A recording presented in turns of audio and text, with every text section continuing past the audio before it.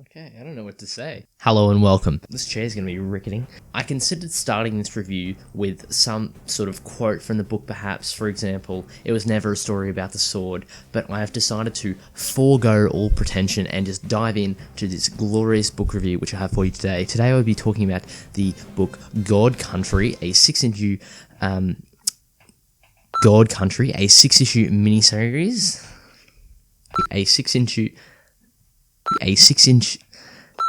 Today I'll be talking about the book God Country, a 6-issue mini-series published by Image Comics. The team behind this book, Donny Cates, the writer Geoff Shaw on art, Jason Wordy colours, and John Hill lettering and design. Now, you may know a few of those names, particularly Cates and Shaw, from a lot of their recent Marvel work. They're currently tearing it up at the big 2, or just the big 1.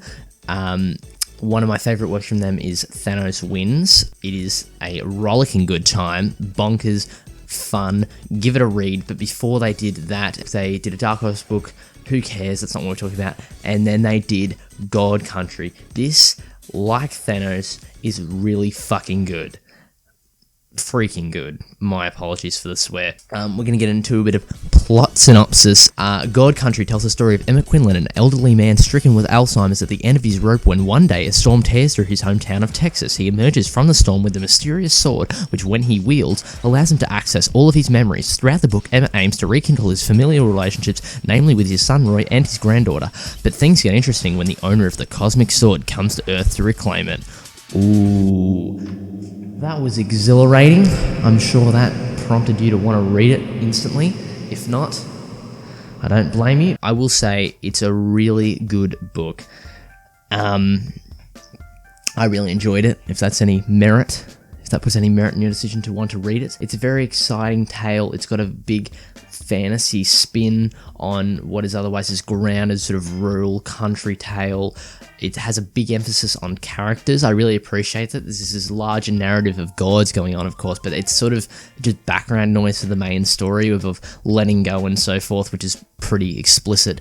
But I like how it doesn't get too bogged down almost in worrying about that deeper mythos. It's got a very intrinsic and almost inextricable link to Thor comics gone by. There's a strong Kirby influence in it. Shaw's art just radiates with Kirby crackle, which imbues the Texas landscape with a wonderful sort of sense of cosmic grandeur.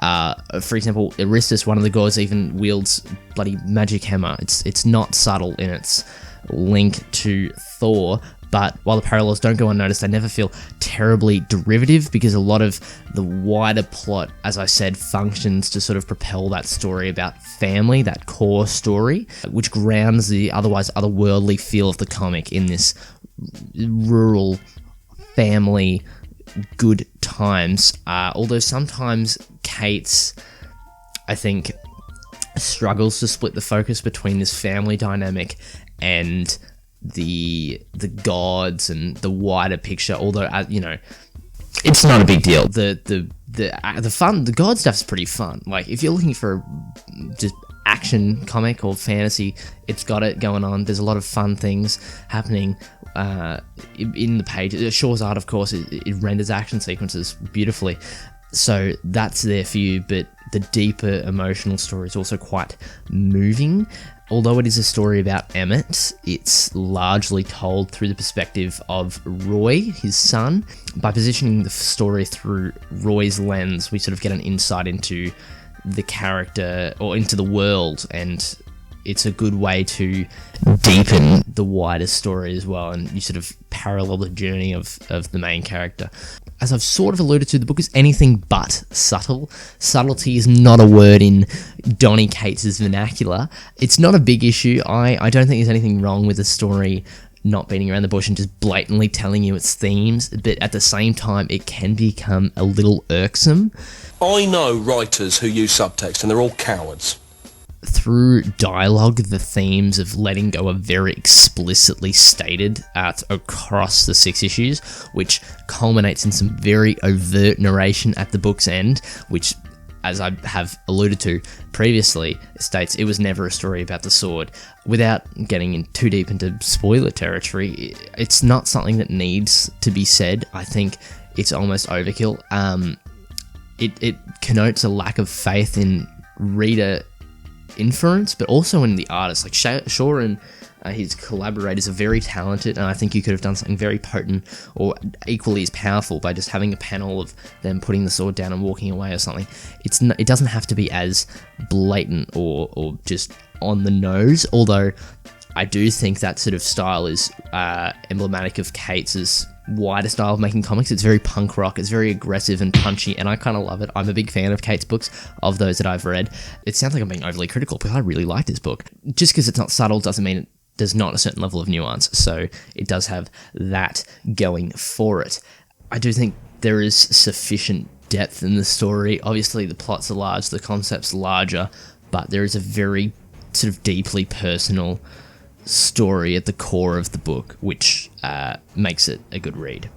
Shaw's art is just a perfect complement to Cates' style. It's got a lot of sort of grunge-infused inks, which provide the story with a real delicacy and intimacy, but also a tenderness that makes the climax incredibly moving.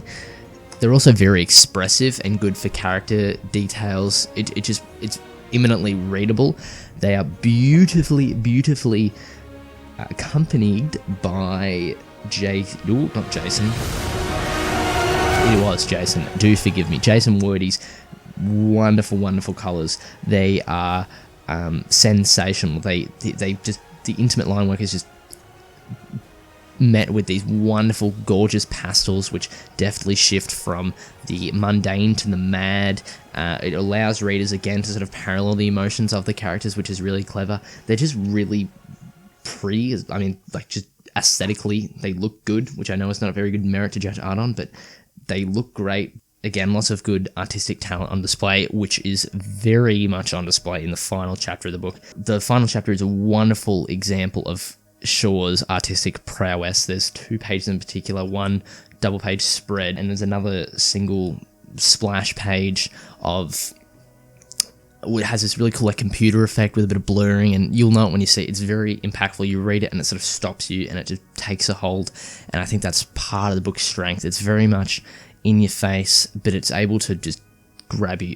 It's a very solid book. You want to read it.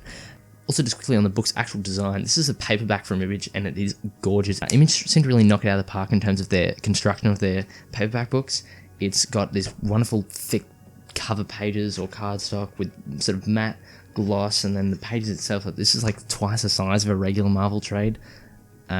Really good stuff. The design as well, the chapter breaks are well designed. I don't know. It's a good book to own if you care about that, or if you read it digital, that means nothing to you. Overall, it's a banging book. It is one that I highly recommend. It's very good. It's simultaneously grand in scale, yet deeply personal. It's another winner from Cates and Shaw. It's another great addition to Image Comics' backlog. It'll make a wonderful addition to your shelf. I have probably harped on a bit too much on the negatives, because I really do like this book. It's a lot of fun.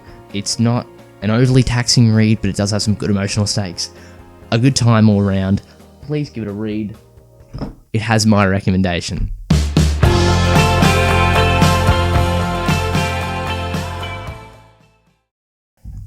What a cool shot of me with my bandana.